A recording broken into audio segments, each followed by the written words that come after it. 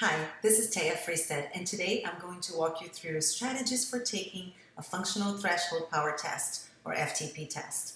If you're not familiar with the definition of FTP, you can visit my website at volume.fit and look for the FTP post that I have that explains what FTP is and the different types of tests that you can take. For purposes of today's video, I'm going to walk you through the most used FTP test, which is the 20-minute test. A rider will ride as hard as that person can sustain for 20 minutes, and the FTP will be 95% of the average power for the 20-minute test. So if you're on Zwift, you can select one of the two options to do FTP tests. You go to the workout menu and you will see an FTP test, the standard, and the shorter FTP test. Now the difference between the two is simply in the warm-up. The standard has a longer warm-up, the shorter has a shorter warm-up, but the test itself is still 20 minutes long. So let's say you're going to take the FTP test. What are some of the strategies you can use?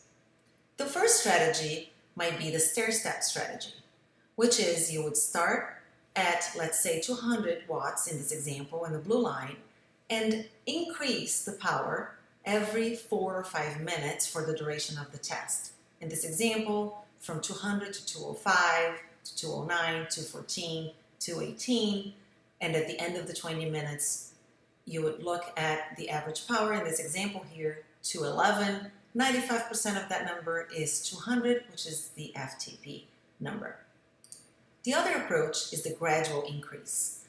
You would start at, for example, 200 watts and slowly increase your power, let's say 1 watt at a time, for the duration of the test, as you can see in the blue line here. Again, in this example, 211 is the average, with 201 being the FTP, representing 95% of the average. The third strategy you can use is the spike and fade. So you would start on this one at a higher number that you believe you can sustain, but you don't plan on increasing from there. You just choose a number and try to hold on to it for as long as possible for the duration of the test. And you eventually will start fading. In this example, the rider goes 10 minutes holding 220 watts and then starts to fade. The fourth approach is similar to the last one. It's the spike harder than fade.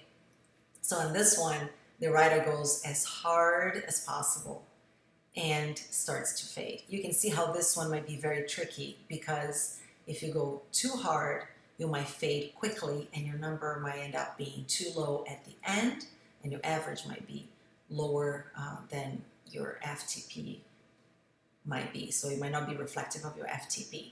But it is recommended for more experienced riders. So which of these strategies should you use? In looking at all of these, the recommendation is, as a new rider or as a rider new to training with power, or if you have not done FTP tests, or maybe you have done one or two, the recommendation is to do this gradual increased approach, the orange line that you see on the screen here. The other ones, the stair step, which is the blue, or the start harder than fade, are options for you if you have more experience, if you have done a couple of tests before, and you want to try different ways or different approaches, and you might find which one works best for you.